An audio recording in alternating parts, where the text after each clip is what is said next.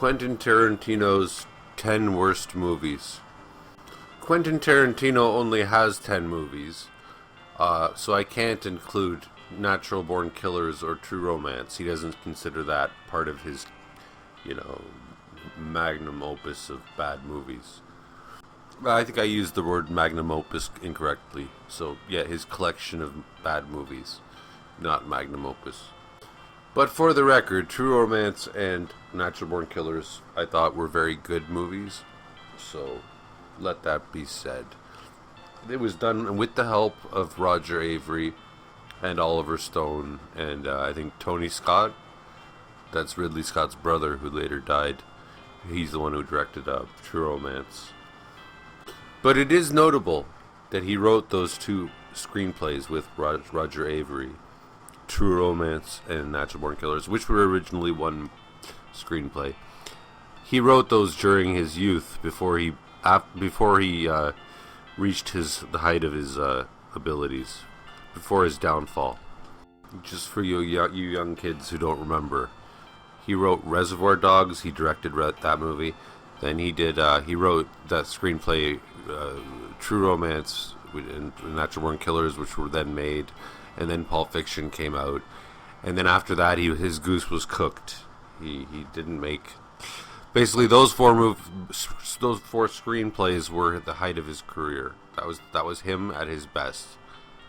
And then he creatively he jumped off a cliff. Now, at first, I was gonna say his top 10 movies. But then I thought, if I do that, everybody's going to know what number one is. So the countdown won't really be effective. Because everybody's going to just increasingly know. Everybody knows what the number one movie is. But if I say his top 10 worst movies, then it's more interesting where it's leading. And you won't know exactly what the number one worst movie by Tarantino is. So we'll go kind of like backwards. So his number 10 worst movie is Pulp Fiction.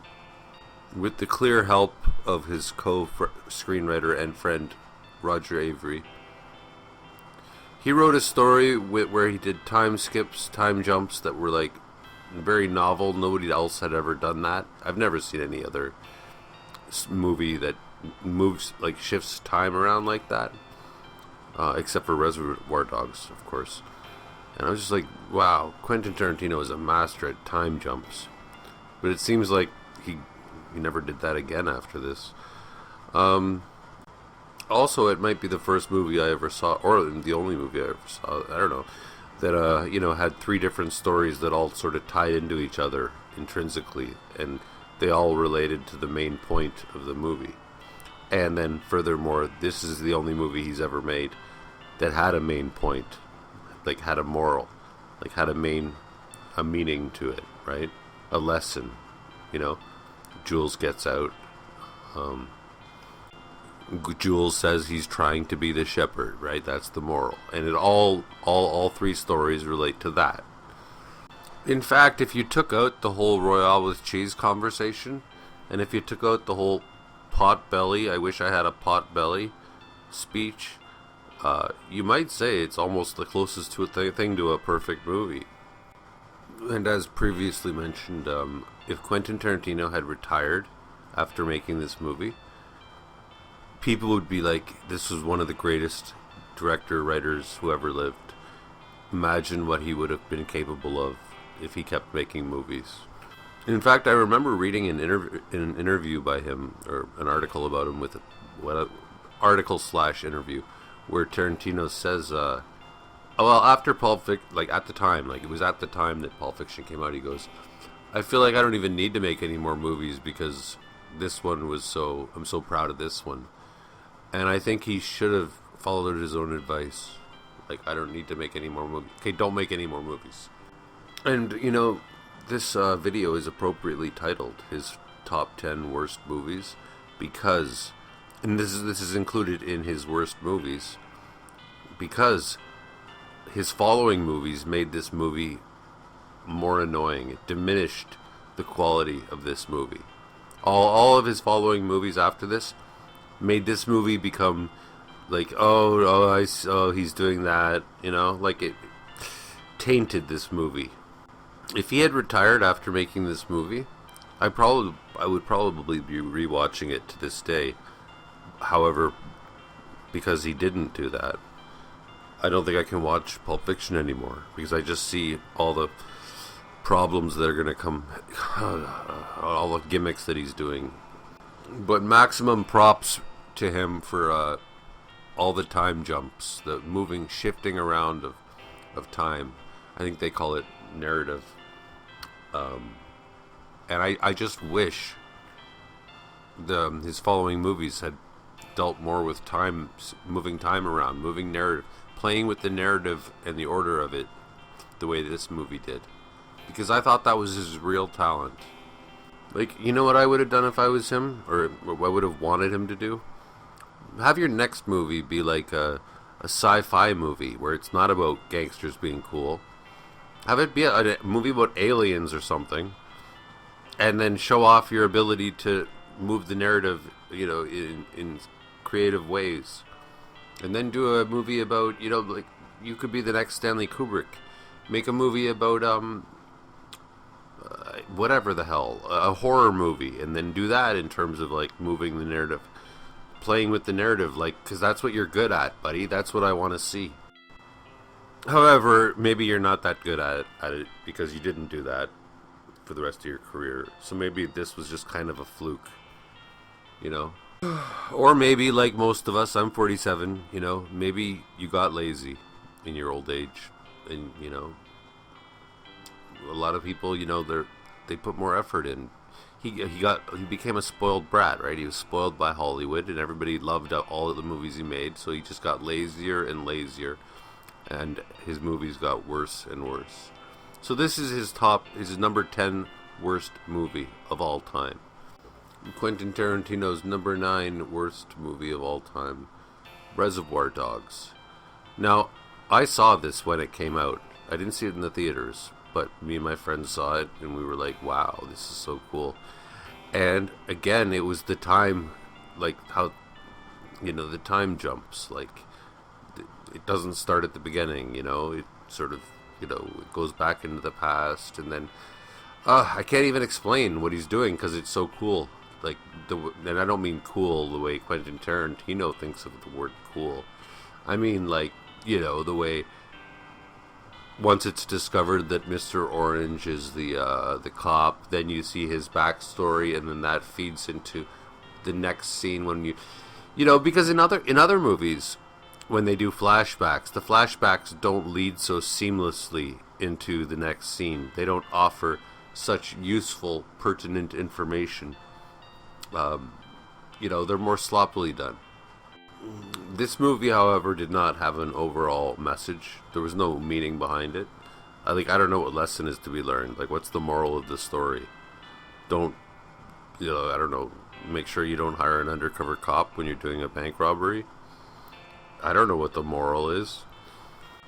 But, like Pulp Fiction, if you just took out that like a virgin monologue, the movie would be almost like close to being, I wouldn't say perfect, but like pretty hard to poke holes in movie. And actually, I never realized this, but until now, but it's kind of funny that the worst part of the whole movie, the like a virgin monologue, is the main part where Quentin Tarantino talks, because he's delivering it as an actor. Which is kind of pathetic. Yeah, that's sad, eh? The worst thing about Reservoir Dogs is Quentin Tarantino being in the movie, his part in the movie. But also, come to think of it, I think this movie also broke ground because it may have been one of the first sort of gangster movies, or whatever you want to call it, heist movie, whatever the hell you want to call it. But yeah, like gangster movies, where there's a lot of comedy in it, like a lot of dark comedy.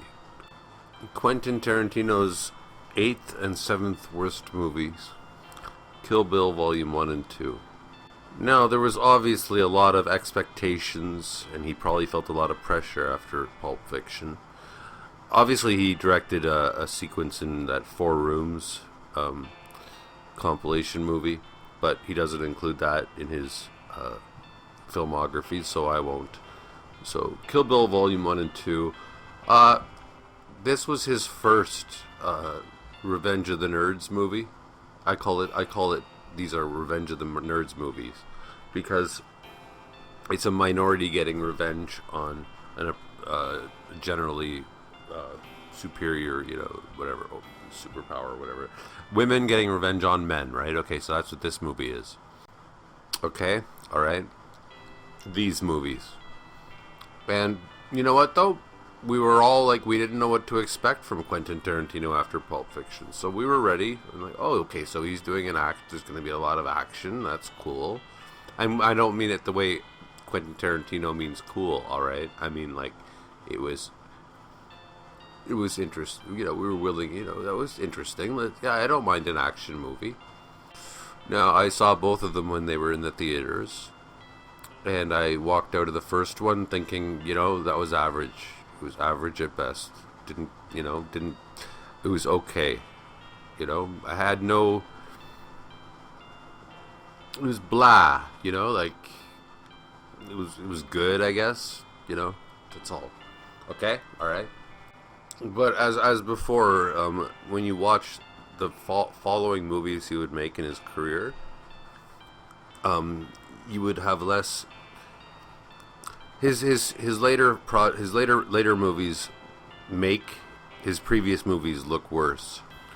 So, what didn't bother me about Kill Bill now does bother me about it, which is the same with Reservoir Dogs and Pulp Fiction. Things like Quentin Tarantino's ridiculous nerd obsession with trying to be cool. Like, I can never watch this movie again now that I see through Quentin Tarantino and I can see that all he wants to do is show everybody how cool he is. I think there's one good and memorable thing out of these two movies, and that was the speech that what's his name, David Carradine. There's a bunch of brothers. Might be David. There's Keith Carradine. I don't know. I think it's David Carradine. He makes this speech about Superman and how that's his real identity, and then he dresses up like that. And that was good. That was a good Tarantino monologue. And I guess if you want to give him credit, he's doing a bit of a tribute to the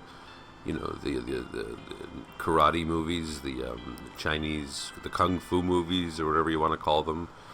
So he was doing a lot of nods to those movies, I guess. I've never been a fan of those movies. I wouldn't recommend these movies to anybody, ever. I would say no. And you know what? Now that I think of it, if Pulp Fiction paved the way for more clever writing in future all movies, because Pulp Fiction obviously had a huge impact on film culture afterwards. I would say this movie had a bad influence because it led to movies like The Fast and the Furious. Maybe it paved the way for movies like that. I don't know. Because the obsession with being cool was starting to get really annoying. Quentin Tarantino's sixth worst movie, The Hateful Eight.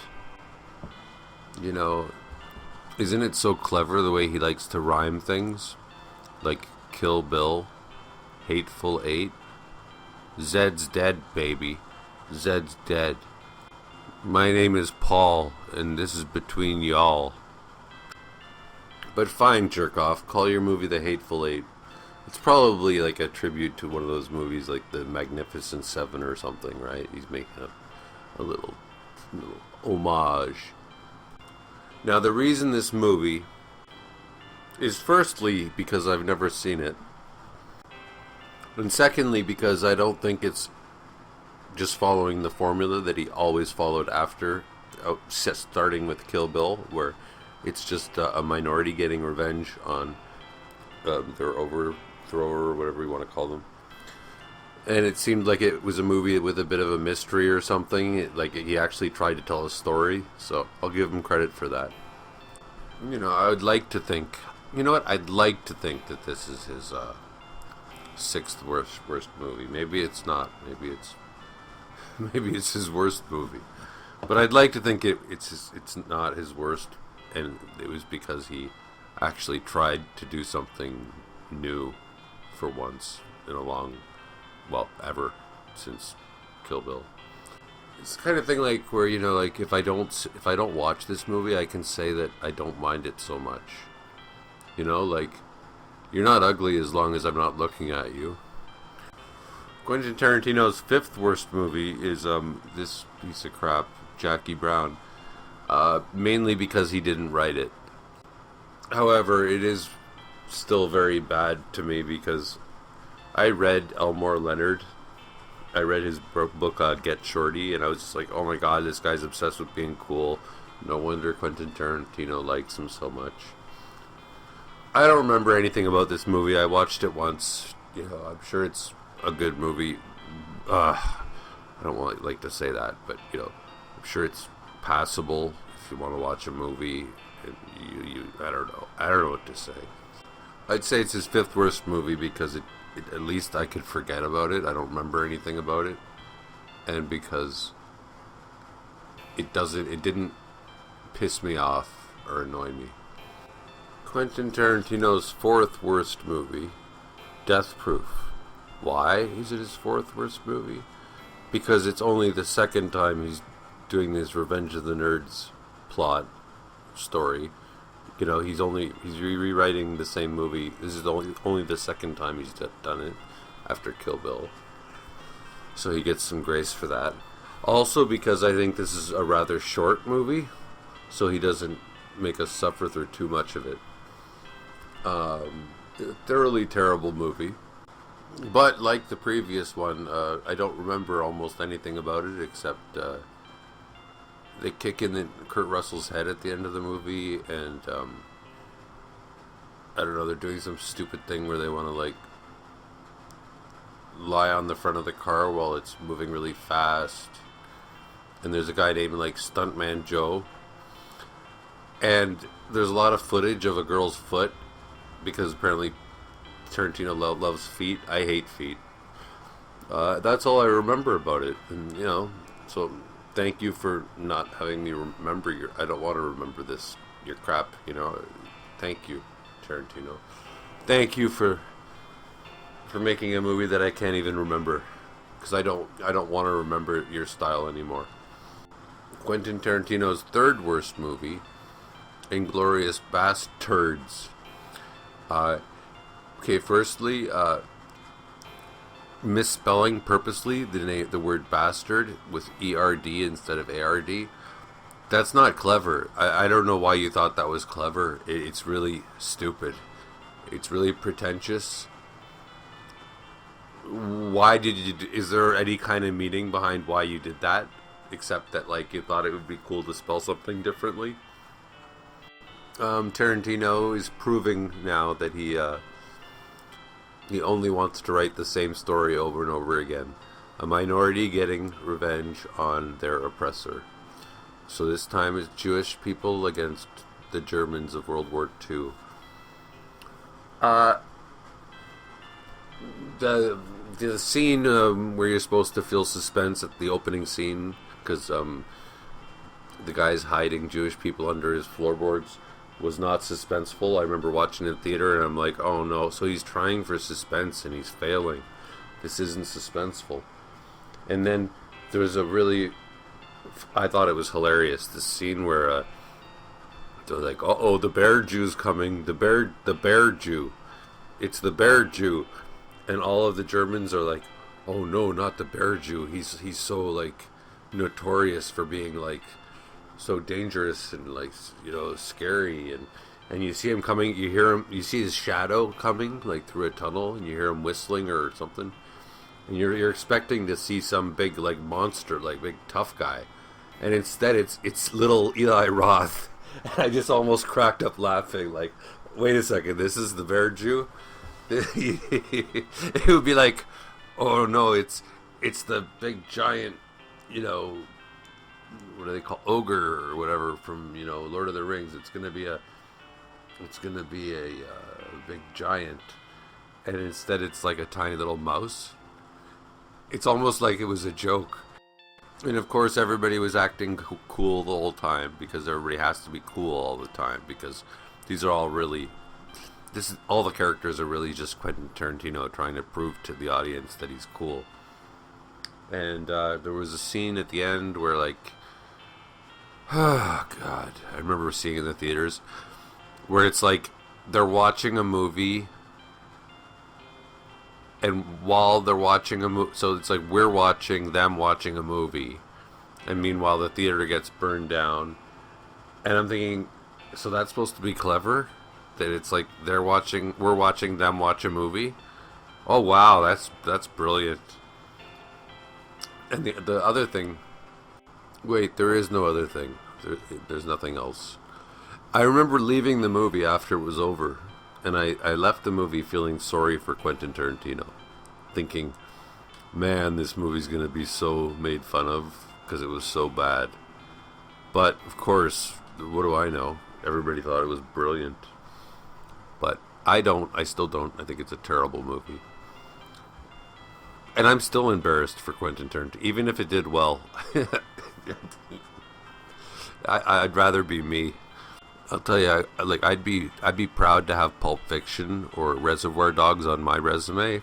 I'd be proud to have made those two movies, even though there's some, too much cool in them. But I would have no pride in this. I'd be ashamed of this. I'd say, like, I can't show this to anybody. Burn it. Why? What was I thinking? And it's kind of funny to point out that, like, at the time, all the critics and all the idiots were all saying, "Oh my God, this movie's so great! It's so great! It's so great!" But you know what? 10 years later, how many years later is it? 20 years later? Whoever talks about this stupid movie, whoever talks about it, whoever watches this movie, I don't think it's ever going to be watched again. Right? You don't hear about it being listed as a great... I don't hear about it. I mean, what do I know?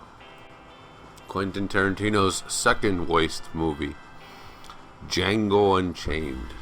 Where'd you think of the name Django? You think is that an attempt at being clever, or is that a real name? I don't know. I didn't want to watch this movie. I was like, this is going to be another one of his Revenge of the Nerds movie, where he takes a minority, and the minority's getting revenge over their overthrower, or whatever the hell, oppressor. And it's just going to be an excuse to have a lot of killing, because it's okay to have a lot of killing as long as it's a minority doing it. That's because Quentin Tarantino figured out a little formula where he can just make the same movie over and over again and everybody will love it. And he can get away with gratuitous violence as long as it's a minority, right? So he thought he was very clever. I guess he was very clever compared to very stupid people. I didn't want to watch this movie, but a hot chick that I had a crush on told me to watch it. So I watched it, mainly because I had the hots for her. But guess what? It was everything I expected it was good. It was absolutely exactly what I thought it was going to be. And I don't think a movie should be everything that you're expecting it to be. Like, where you can almost, like, you could write the plot yourself and not be wrong about anything that happened in it. And yeah, it's going to be trying to be cool. It's got to be cool. There's going to be a suspense moment. It's just going to be the same thing. Okay, I already saw this 4 times by now. I saw it when I saw Kill Bill. I saw it when I saw Death Proof. I saw it when I saw Inglorious Basterds. Okay, so now this is the 4th time I've seen it. And just because you change the setting or the time, okay, whether it's a Western or whether it's during World War II or whether it's Kill Bill with ninjas and samurais, just because you're changing the genre doesn't mean you can tell the exact same story every time. Yeah, I watched it. I think there's only 2 things I remember. There was a scene where Jonah Hill made a joke about how it was like a outside joke about how the KKK had how annoying, how hard it is, where inconvenient it is to wear the white hoods. and it was supposed to be funny, and I guess it was a little bit funny. And then there was the scene where DiCaprio talks about eugenics, and then there's this, I suppose there's like a Tarantinian suspense moment where you know violence is about to erupt, and then it does, and you're supposed to be like, you know, at the edge of your seat, but I'm not, because those don't work anymore. It worked the first time in Pulp Fiction when John Travolta had to stab the Uma Thurma with the needle of adrenaline into her heart. Okay, it worked that time. It has never worked since, and you've tried it so many times in all of these movies. Oh, and a side note, you know, Quentin Tarantino's use of the N-word is not offensive to me. It just looks to me like he's just trying to like show us how like provocative he is, because he's saying using a word that you're not supposed to use. That's all that says to me. It doesn't impress me. Now, his number one, Quentin Tarantino's number one worst movie of all time. Interesting how it's his most recent. Some artists get better with time. This one gets worse. This artist gets worse. Once Upon a Time in Hollywood, where he's got Brad Pitt and Leonardo DiCaprio both playing Quentin Tarantino as he wants people to see him.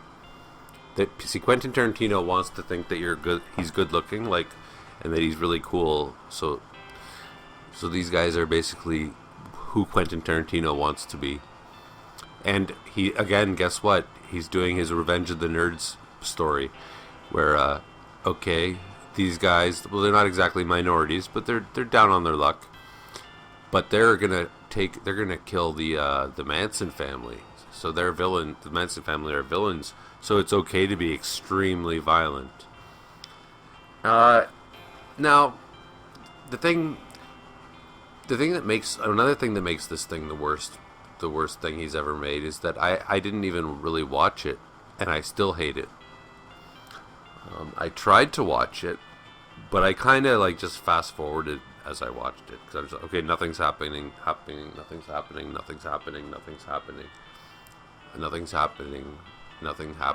okay, nothing's happening. Oh, okay, violent, brutal scene at the end. And, but guess what? Well, nothing's happening. There's something happening. Everybody's acting cool. And that's about it. I mean, I guess maybe he recaptured what Hollywood looked like back in, whatever, the 70s, or whenever the hell this is set. Probably the 70s, right? Sharon Tate. Awful. So rest in peace, Tarantino. You're still not cool. Nobody thinks you're cool. You dream of being cool. It didn't come true. Doesn't matter how much critics praise your movies. You're still a nerd. You're still a geek. I'm sorry. What do you want me to tell you?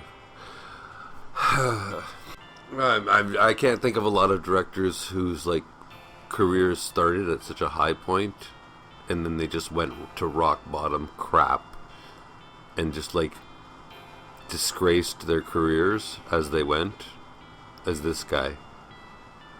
Like, you know, I thought he was a super genius when I saw Pulp Fiction, and then it's just like, oh wait, no, oh no, oh wait, you're this stupid. I think the other one was Tim Burton, right? Where I thought Tim Burton was a genius after Beetlejuice, Edward Scissorhands, Batman Returns, but then it was just like, oh wait, whoa, and I guess at least Quentin Tarantino isn't just like Tim Burton's doing it for the money, obviously, all the crappy movies he makes now. I don't know that Tarantino's doing it for the money, but these movies are just as bad as Tim Burton's like decline. The decline of Quentin Tarantino is just as bad. I mean, I guess the most famous person whose career started at such a high point and went down was Orson Welles with Citizen Kane. This guy, like, oh my god. And as I said in my previous video, his next movie should be a movie where gay people get revenge on straight people. I mean, there's a lot of more stories about, like, you can take an oppressed person and have them just go on a mass murdering rampage against their oppressor. So gay people getting revenge on straight people. What else? Is there anything left? Maybe little people getting revenge on tall people. Yeah, like short, like little 4-foot dwarves getting revenge on like basketball players. Or obese people getting revenge on skinny people. Ugly people getting revenge on good-looking people. Wait, that would be Quentin Tarantino. Or maybe these are all autobiographical in the sense that, like, yeah, he's the loser. It's the revenge of the nerd. I read or I think my mother told me once that, like, apparently Quentin Tarantino said that he used to be a bully in high school. And I'm thinking, that's so funny, because there's no way he was a bully in high school. He would have been the nerd that was bullied.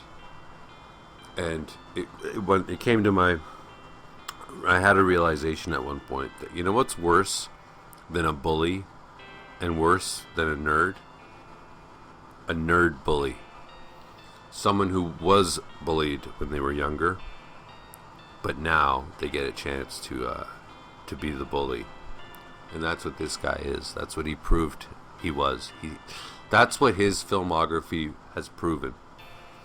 And I think he's said that he's not making it. He's done making movies, and that's fine, because ChatGPT can make the next Quentin Tarantino movie because it's already all written. You know exactly what to do.